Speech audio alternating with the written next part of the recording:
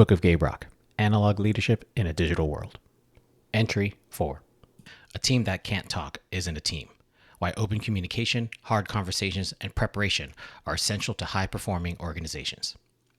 Chances are you've encountered some version of the phrase, in today's modern world where humans are constantly connected to technology, we're actually more disconnected from each other. It's become almost cliche, but that doesn't make it untrue. The rise of mobile technology has placed information at our fingertips and expanded communication from intermittent written exchanges to instantaneous audio and visual interaction. By no means am I a technology hater. My career has been built around delivering secure, reliable information to connect mission partners and produce results. I'm old enough to remember floppy disks and the sneaker net, and I've lived through every major technological leap since.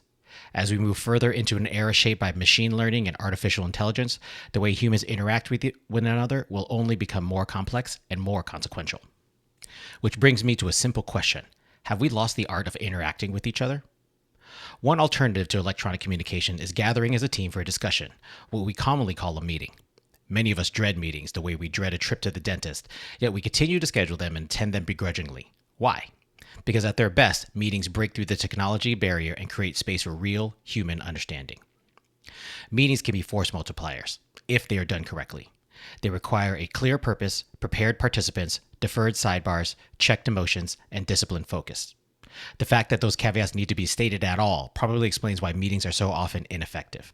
A typical staff meeting is full of landmines, and one misstep can fracture trust and derail progress. One of the most underutilized tools in making meetings effective is read-ahead material. When analysis and recommendations are shared in advance, teams arrive ready to solve problems, not stall discussions with claims of being caught off guard. Without preparation, progress slows to the pace of the least prepared participant. With it, meaningful dialogue happens quickly. Meetings shouldn't be feared, they should be harnessed. Technology absolutely has its place. It enables rapid coordination, asynchronous collaboration, it keeps teams aligned with operating in parallel. But difficult situations require time, presence, and conversation. Sometimes being heard as a teammate is a win in itself, regardless of the final outcome. Denying that opportunity limits a team's potential. Teams that avoid group discussions operate at a disadvantage. What may appear to be unity is often a collection of individuals pursuing personal preferences or hidden goals. Open, honest group communication is the remedy. Talking through hard problems together allows multiple perspectives to surface in real time and leads to a faster, more durable understanding than fragmented conversations mediated by technology. Discussions should not be viewed as confrontational by default. They are collaborative efforts toward a shared objective. When teams deliberately avoid discussion, dysfunction is already present, and left unaddressed, trust erodes. At senior levels, that erosion becomes cultural. Junior leaders observe the behavior, normalize it, and repeat it. The damage compounds across generations, and the only antidote is a fundamental principle of high-performing teams: open communication. You may hear feedback like, I avoid meetings because I want to avoid arguments. Why? An argument simply means ideas must be defended. Often, resistance to discussion masks a lack of preparation. It's easier to say, just do what I say, than to lead through collaboration. Others may fear being exposed as unprepared in front of peers and retreat into one-on-one conversations instead. One-on-one discussions have value, but only when used intentionally.